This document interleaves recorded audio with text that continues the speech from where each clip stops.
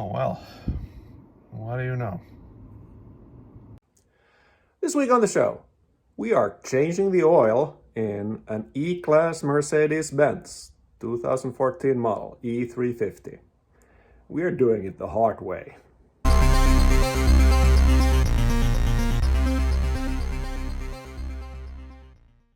The parts we have, exactly 6.5 liters of motor oil.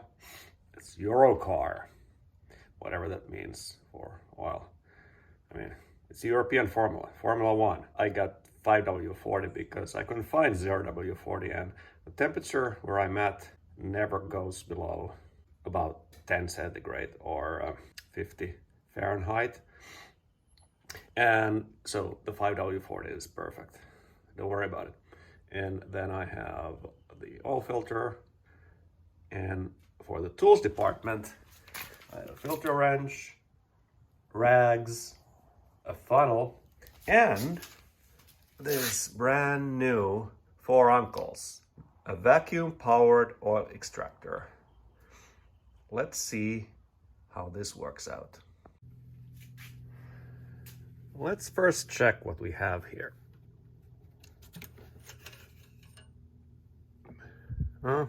I tried to be careful, but I'm flinging the camera by myself today, and it's hard to do things with one hand.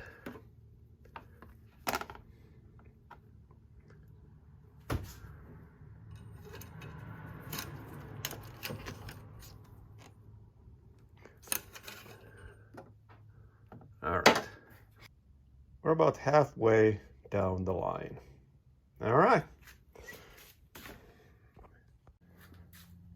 All right, let's remove these completely unnecessary parts and throw them in the trash right here. Okay, the engine is warm, so the oil flows better, but it also burns your hands. So I'm gonna start by removing the oil filter housing and the oil filter. And for that, I'm gonna wrap rags around it. So I won't get the oil drip where it shouldn't go, especially on the serpentine belt, because it won't do it any good. It is a bit warm. I just went to the Irish auto parts store and got a can of oil. So, ouch, this is hot. All right, let me do it with two hands. Okay, I have rags around it. I'm putting another one here just for good measure. And I'm using my filter wrench made from Mercedes. And taking the filter out.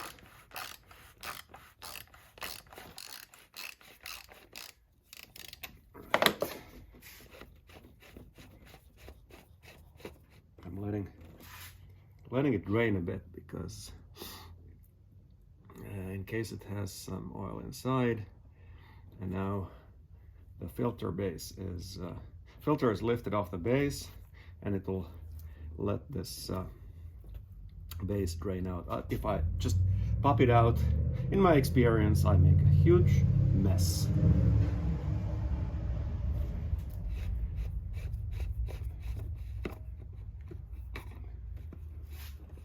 Okay, looking around that I'm not dripping too much, and yeah, great. See, the housing is empty of oil, and here's the cartridge inside of this thing, and we're going to see how it is. I always like to check the old filter for any metal shavings or anything that doesn't belong in it. So I have a little bit of an idea of the health of the engine. So this is super easy, no can openers needed. See, I'm so confident about this method that I'm totally Freiburgering this job. Okay. This can be a bit sticky there, not too much. Put that aside, and we'll look inside the pleats. Any metal or bearing material in any of the pleats. So far, looks good and really hot. Oh man. Now there's one piece of shiny metal there. This engine is, oh, another one. Another tiny piece there. This engine has over 100,000 kilometers, or over, it's like almost 80,000, almost what? Almost 80,000 miles on it, is it? It's the first time I'm actually seeing any metal in this filter. I'm gonna inspect it even more thoroughly. I'm gonna cut it open and spread it out later, but you know what I'm looking for. I'm gonna set up the extractor.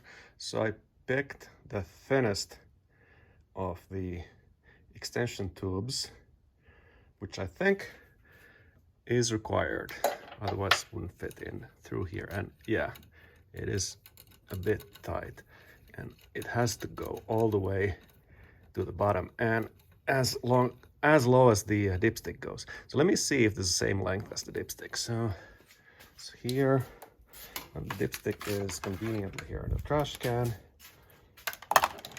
Oh, I made a mess. Oh, I got it much deeper. Okay, so I don't need to push it that deep.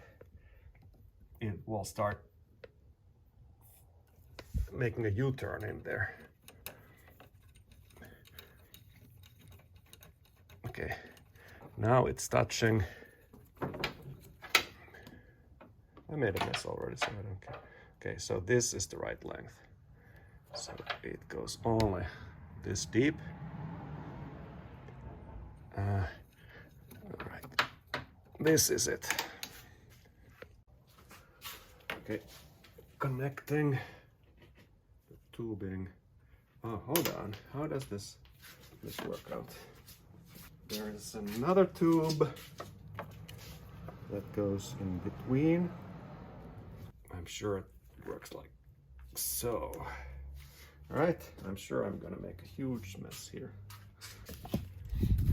Okay, connected shop air, about 120-ish PSI, and let's see.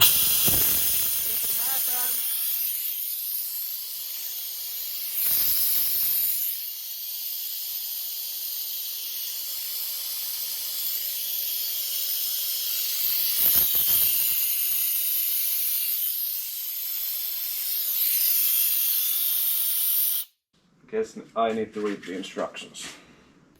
Okay, let me try manual pumping to create vacuum.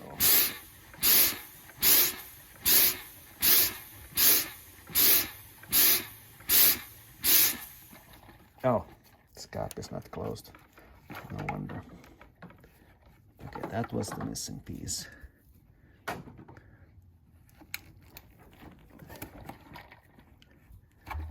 Okay, how do you do that? Like this. Okay. It helped to read the instructions. Now I'm opening this. So I have flow. Mercedes says to do this for at least 5 minutes.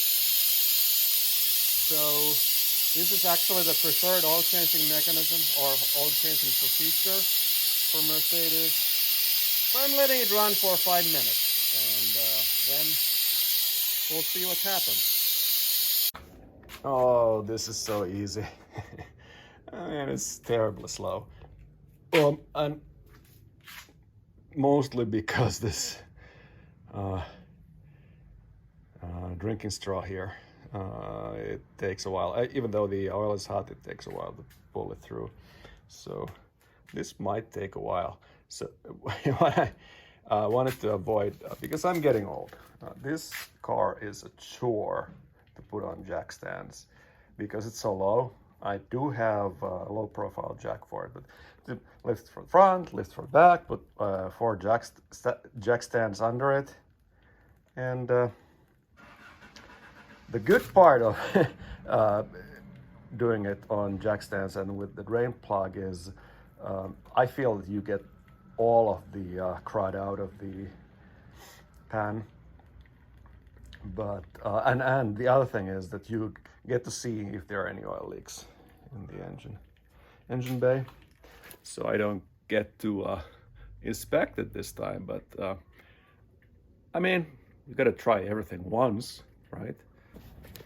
What I could do while waiting is put a new filter in there.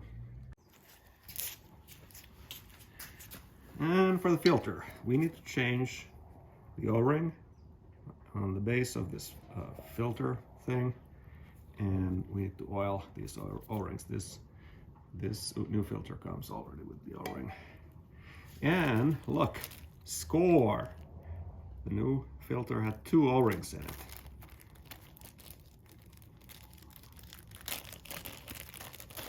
I'm gonna save the other one.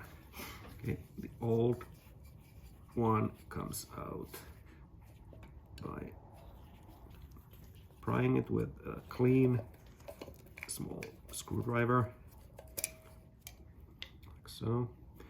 Then I'm gonna scoop some oil from the bottom of this filter housing and pre-lube the O-ring. I could use clean motor oil, but I'm not gonna waste clean motor oil for this. And this filter thing has only one groove where this O-ring could go, so I won't make the same mistake I made with my Cadillac, where I put it in the wrong groove and got a little bit of oil spray when I started the engine. And I have my hands still oily, my gloves still oily, and I'm lubing the other end.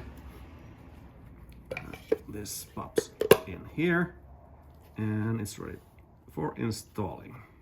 This won't drop anywhere. I'll just stick it in there.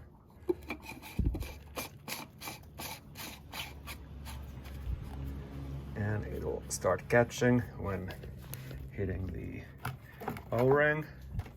The O-ring will, if it's correctly assembled, I will be able to hand tighten this until it bottoms out.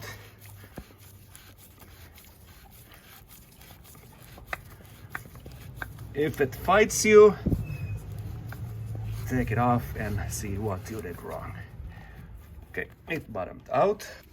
And since I'm a bit of a stickler with doing things by the book, here's the torque spec. 25 Newton meters or 2.5 kilopound meters roughly, or thereabouts. I'm using German units because this is a German car, so why not? Or we could call it, I don't know, 20 pound-feet. Not foot-pounds, that's rocket science. Okay, so now this is how you use a torque wrench. That's it. The thing that you're torquing, your threads must be turning when the torque wrench clicks. You can't check afterwards was it torqued correctly. Clicking it when it's not moving doesn't do anything. You're measuring rest friction instead of a dynamic friction, and you're getting 20-30% low reading. Pointless. but that's what you see on YouTube's usually. Even expert mechanics don't do it correctly, or they don't show it correctly or emphasize what they're doing. So the comfort click in the end, you know, whatever, you know, you can do that, but it doesn't do anything. So there, Google it or find a YouTube video for how to use a torque wrench and learn. So the extractor has been running for at least 5 minutes now. And what I have learned so far is that shop air is completely useless with this extractor. Just keeping it pumped, keeping the vacuum pumped there manually. Not a huge chore. Just need to look after it so it doesn't run out of vacuum and take even longer. And yeah, it's draining.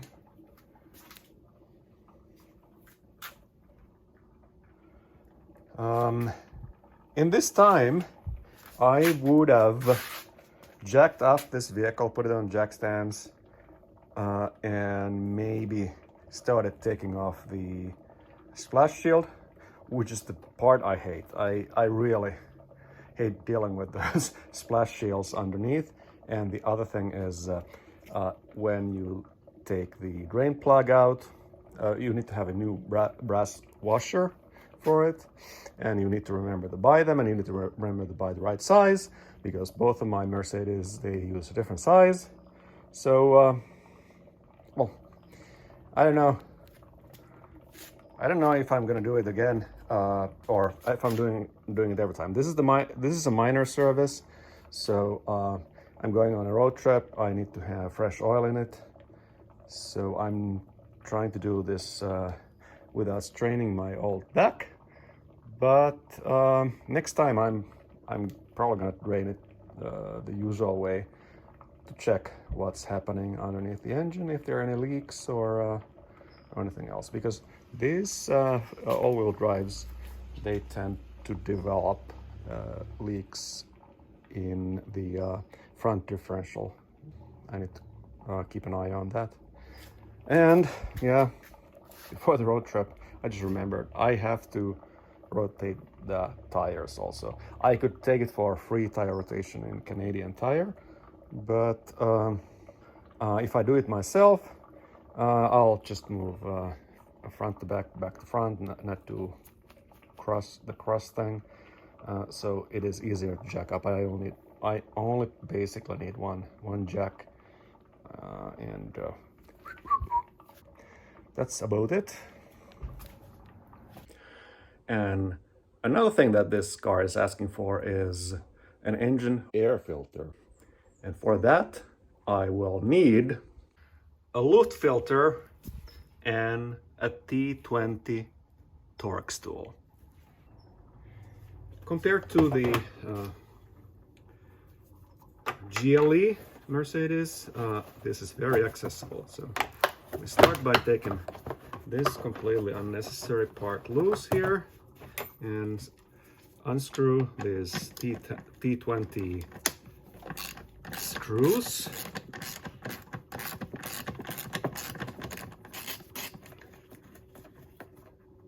Okay, doesn't need to come all the way off. There are 3 of them. The 2 front ones are extremely accessible. Rearmost is not. So I'm going to use a smaller Torx bit, like so.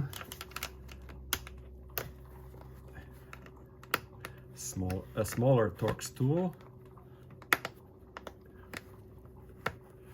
And this is usually a bit annoying to do. Still much easier than in the GLE where it's hidden underneath the cowl. But this, when I'm taking this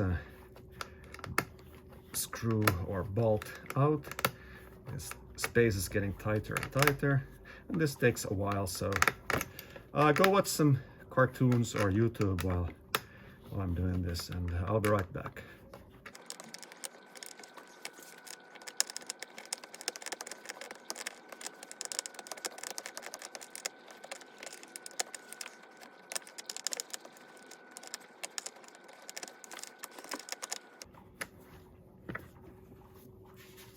right. See, here it is. Try the old one. I think I can do this without taking the whole housing out.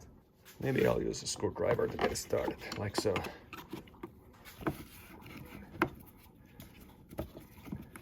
Ah, come on, man. It's a slippery son of a mother. There. Here's my oil filter. I think I've had it for, I don't know, almost 30,000 miles. Well, whatever the service interval is, I forget. And it is asking for to be changed. So the funny thing in this new one, the pleats are in the opposite direction. I forget what the OEM filter is, but it'll be fine. I need to also take a peek in there. I think I will pull this out because there's some debris I want to shake off. I'll wipe it off. This is the dirty side of the filter housing, so it doesn't matter a whole lot, but I'm gonna blow some air in it and get it cleaned up.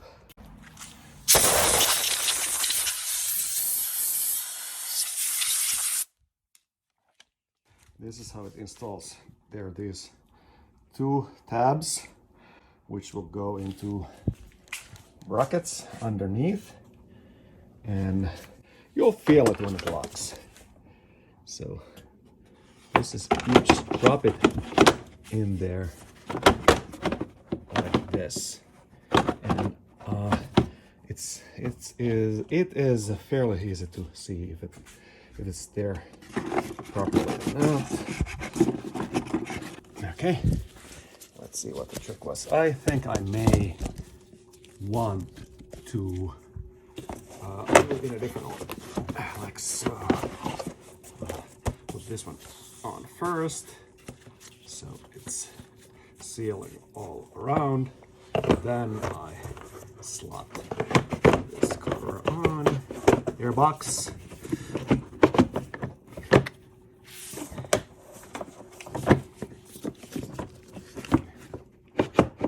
And I'm looking through here. It is slotted in without the gap. And I thread in.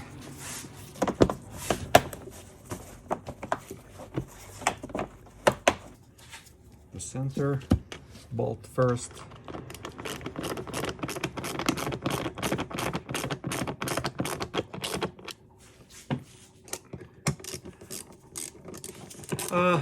Meanwhile, go get a coffee or tea or a beer, and I'll be right back.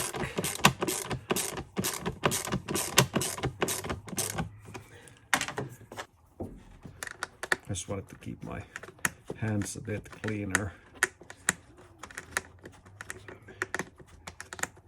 To fling the cameras.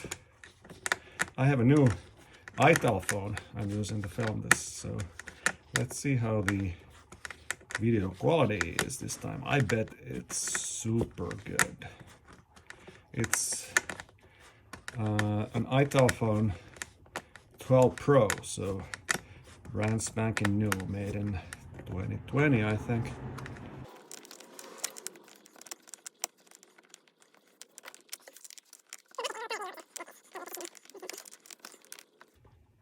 These don't need to be super tight because they're plastic. They're threading into plastic, and you don't want to strip the threads. There. This air intake is tight. Yeah. Airbox is on. And the air filter is changed. The next thing this car is asking for is a new cabin air filter. And for that, we have the parts and the tool. Again, we need a T20 Torx and a premium Filtro de Air de Cabina 3 things to remove.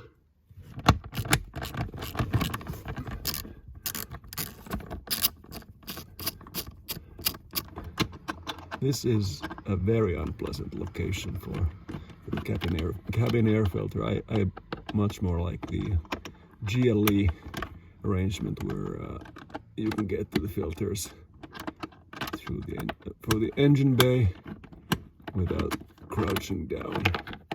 Okay, these little screws come out. 3 little screws.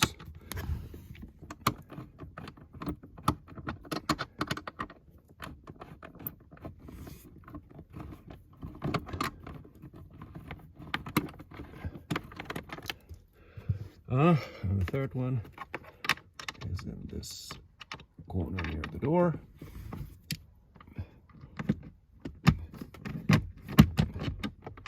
It's a bit hard to do blind, just by the feel. Is it out? Yep. Now I think I will need to pull this carpet and this thing out. Like so, and I should be able to get this thing out. And there's a light bulb that needs to come off. I just pull this plastic cover. Why does it need so many plastic covers? And now you can see the L filtro.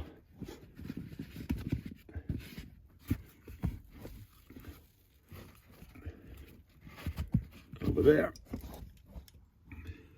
and it should come off by pulling this tab to the driver's side and pulling this out. And as you can see, the shape, the drinker side is more curved, so now I know how to put the new one in. And this is the premium one with carbon-based filter. So we are putting a little bit cheaper one in. I'm not too worried about it. And so the new one is the same. It has this tab already in it. So pull it out of the bag.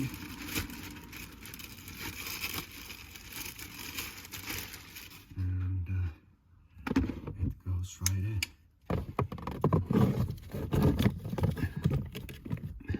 As I recall, getting both ends of these tabs seat was a bit of a chore.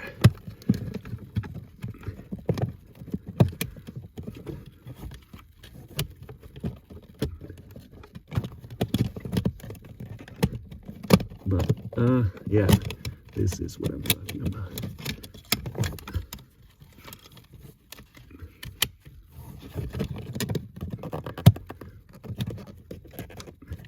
Getting it to seat. Yeah. There we go. It wasn't too bad. There it is now. Something fell off. And that something was this metal clip. Where did it come from? And where did it go? Mr. Cut-and-Eye Joe. Is this important at all? Yeah. It goes here.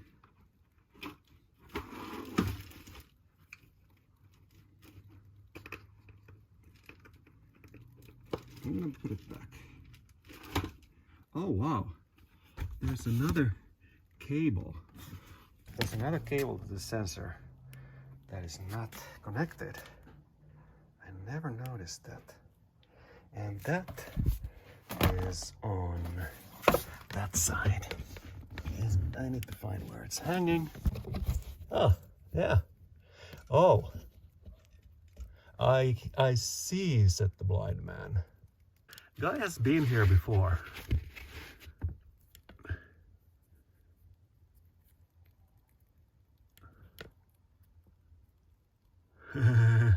Yeah. I have extended extended this because I have broke it once. So I put this, I soldered this extension wire here. I thought I forgot about it. So I know I messed up this wire before. It was super difficult to install because it was so short, hard to get the hand in between. So I up and fixed it. Thanks, past daddy age. I have to put this upper part somehow in there. I don't remember how to do that now. There's a thing that is holding it somewhere. No, whatever. I need to put the light bulb back in, and then the cable for this temperature sensor, which is now super easy because I have this extension wire, which I ripped off. Okay, so now this one goes in here, and this thing closes, and it is there. Is it there? It should be behind. Oh yeah, it should be behind this other plastic part there. See? Let me try to put it in there. Of course I can't see, and you can't see if I try to see.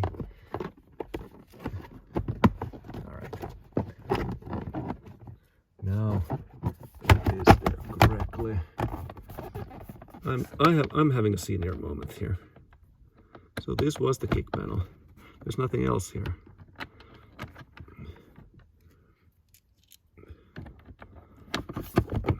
Why was I thinking that there was another panel on this panel? I don't know. You tell me.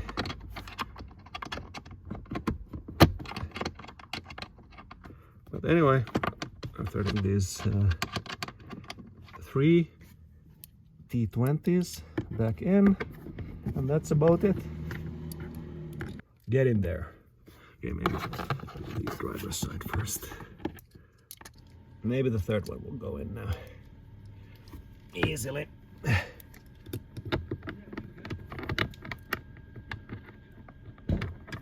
Yeah, super easy.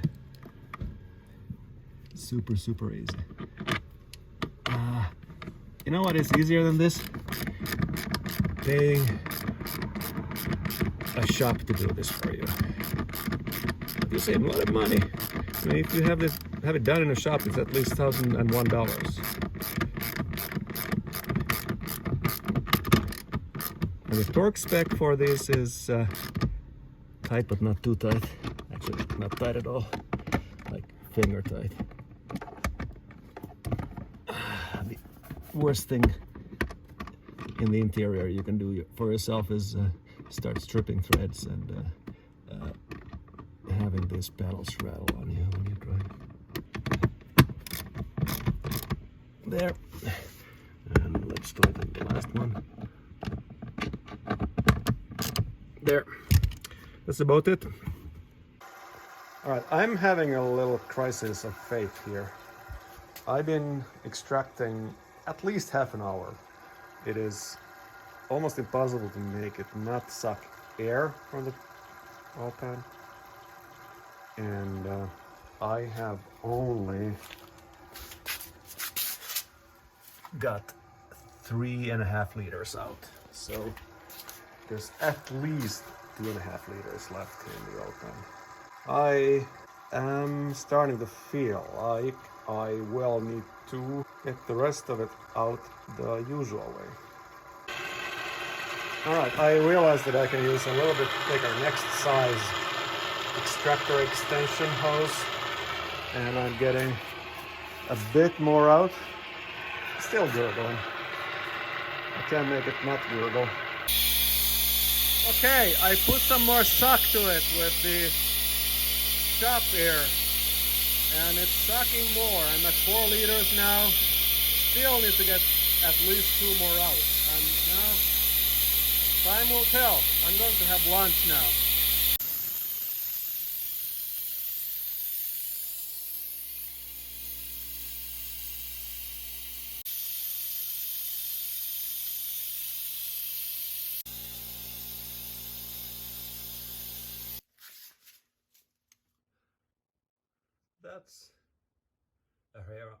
That's a hair under 6 liters.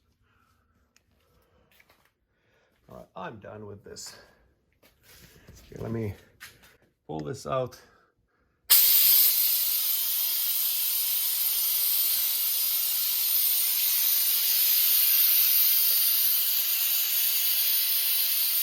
Get everything off. So, what did I learn from this debacle? Number A. Shop air is really necessary. Hand pumping is, it would have been way too tedious. Number 2, the Mercedes dipstick is designed for suctioning the air. So if I had a rubber grommet to adapt the suction hose directly here, these first 4 liters would have been much faster. Then number C. I still had to raise the front of the vehicle to tilt the engine back so that the oil flowed to the back end of the oil pan and where the dipstick hole is, and the residual oil flowed out of the galleries. And of course, this helps a bit, not to create a vacuum inside the engine. But all in all, I have a feeling this must be the stupidest and most inefficient way of changing the oil in your own garage. It took forever compared to just opening the drain plug, and I'm not sure if I got as much oil out as through the drain plug. We'll see soon. And yeah, it took forever. Unless you're old enough, you know, not to creep under cars, or you do, in between oil change or a track day oil change, or that you don't want to jack your vehicle up. And the other thing is that doing this on the sloping driveway would have been easier, actually, because that way I wouldn't need to jack. Yeah, let's see how much we got out. So this scale says hair under 6 liters. And let's verify that scale. Now the weight is 7.3 kilograms, which means that we got 5.4 kilograms of oil out. And as everybody knows, the nominal weight of used 5W40 engine oil is 0.9 kilograms per liter. So what we got out was, 6 liters. The nominal weight could be a bit lower, so it could be that we got, or higher, we got more or less, but the scale is not exact, I would think. So I think we got what we had there. So the dipstick said it was halfway between min and max, which is about 1 liter low. So, sorry, that is about half a liter low. So we had roughly 6 in there. So yeah, I think we got it all. I mean, good enough. So what happens next? We put some oil in there. So this can is 5 quarts, 4.73 liters. Conveniently, round number. We'll for that end, I put some rags around because I always spill. I don't want to spill. And gotta go slow because this valve cover is shaped so that it takes the oil a bit slow. And if I try to be too fast, I'll spill. So the scale on the side of the can is not super accurate either, because this can is flexy, and you know, depending on how it flexes, it shows more or less. But fortunately, we have a device that helps us. The dipstick. It's like honey. Castor oil. Edge. Flows nicely. Neat. Beautiful laminar flow. You know, what I don't need to worry about now is, did I close my drain plug? Yeah, I didn't even open it. There goes the first 4.73. 4.73. Yeah. What do I need to? So I want to put 6 in there, and then start the engine and then check. So I need 1.25. This can has 3.5, so yeah, I'm gonna pour it until it's 275. Until it's 225, rather.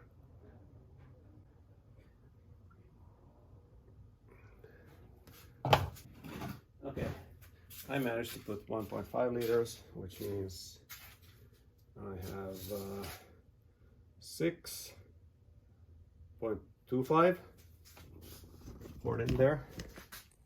Good job, Daddy H. Okay, now what I'm gonna do is start the engine and see if there are any leaks. Especially, you know, this guy here. Let's see.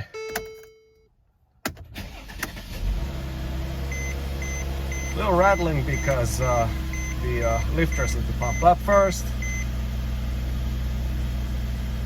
Let's run it a bit.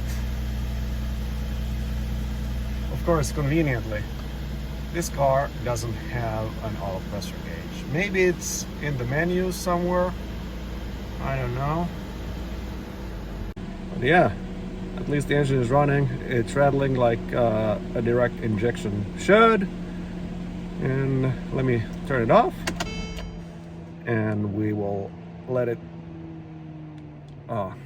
sit a bit. And I'm gonna check the oil level. And what I set out to do was checking there are no leaks. And this is dry. This oil filter, and it is dry. Right on. Oh, something is missing here. This completely unnecessary thing. Well, I mean, there's this for sure. All right. That's about it. I'll let it sit, check the oil, and see if I need to put in some more. I could check the rest of the fluids at the same time. So we have enough coolant there. I changed the brake fluid in the last service, so that level looks good. The color is beautiful. And what else? Is there anything else to check? I mean, I need to put some dishwashing fluid there. Oh, this is not attached, so I'll need to work on this a bit.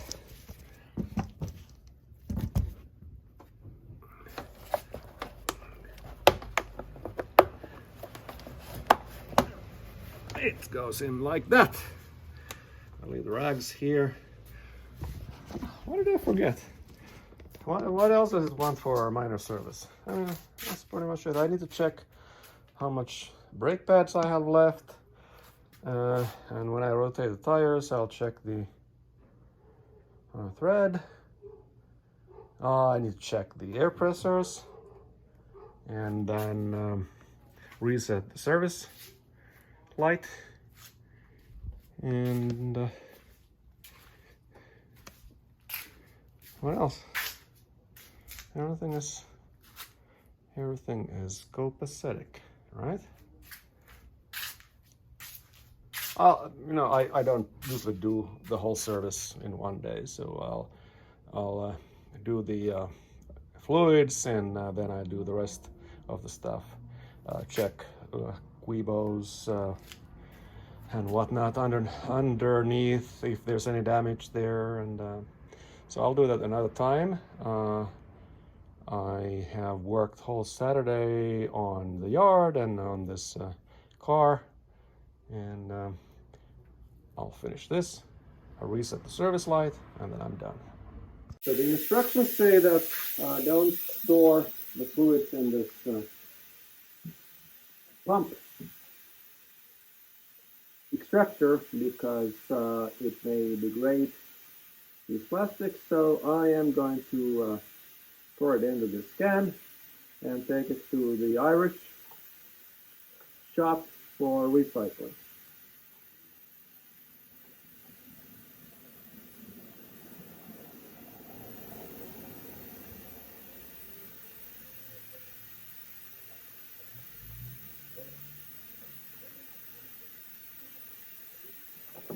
Oops. I'm not making a mess this time. That is my decision for today. I almost missed though.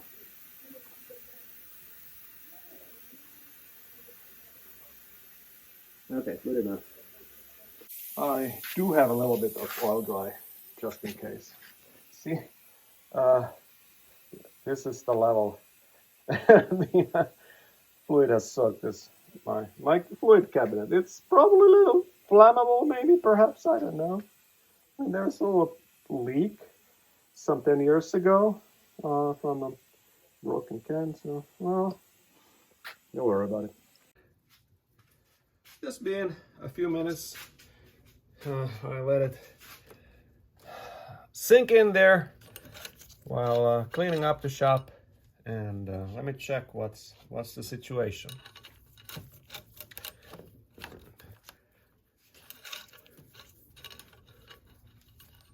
All right. There's nothing in there. Oh, that's not right.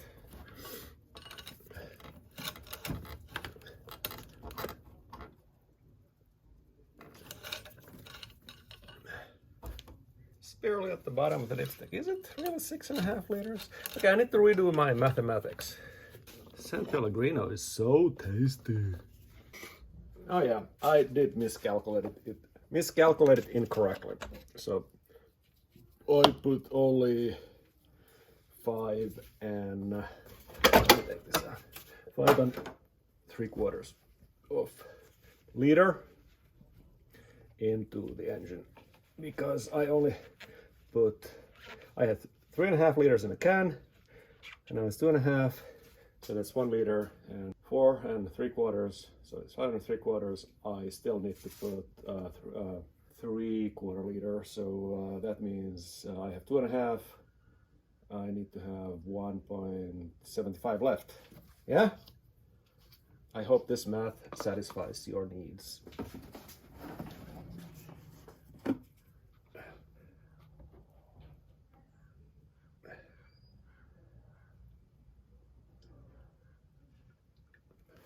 It's 2.5. I need to have 1.75 left, right? Left, right. I'm gonna check it on the level ground.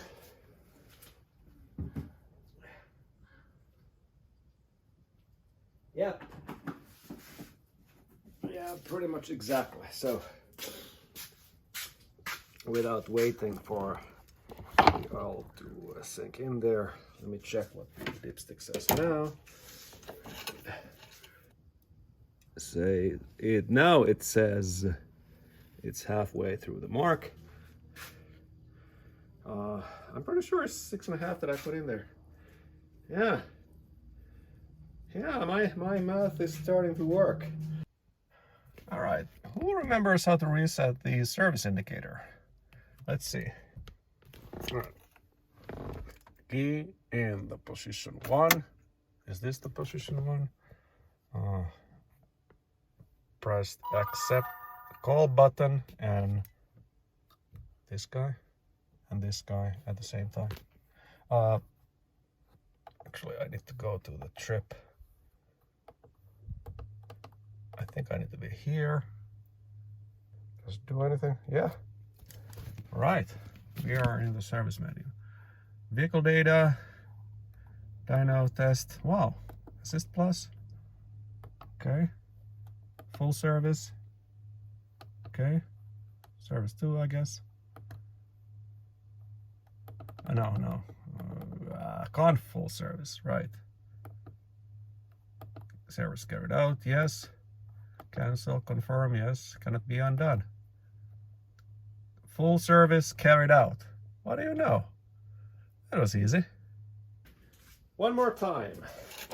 One more time. Let's see. What does it say? What does this tell you? It tells me it's exactly where it was. So maybe I'll put a little bit more. Check it again tomorrow after driving. Cap back on. San Pellegrino should really sponsor us. It's tasty. So tasty. If you know anybody working at San Pellegrino, give them a hint. You know, maybe they'll throw me a bone. Send me a case of San Pellegrino and I keep on advertising it. For free. You know, just pay me and I'll do it for free. Yeah? I don't know. I got some oil out of there. And I put some oil in there. So now there's oil in there again. And I think that's what the engine needs. That's what it was asking for. Give me oil. Give me oil. No, it wasn't really saying that. It wasn't really asking that. I'm sweaty. Oh, come on. And my beard is getting gray. Well, what are you going to do? So that's about it. We have putzed around with the Mercedes in home garage. If you like this sort of content, there's plenty more where this came from. So go and check out the channel. There's a playlist, I think it's called Avalanche Garage, where I do stuff with Mercedes, Chevys, sometimes with Fords, maybe Nissans even, mini bikes. And check it out. Watch the content. You know, that's what it's for. And yeah, I'll make more if you watch it. Otherwise, I won't. That's all for the show. See you next week.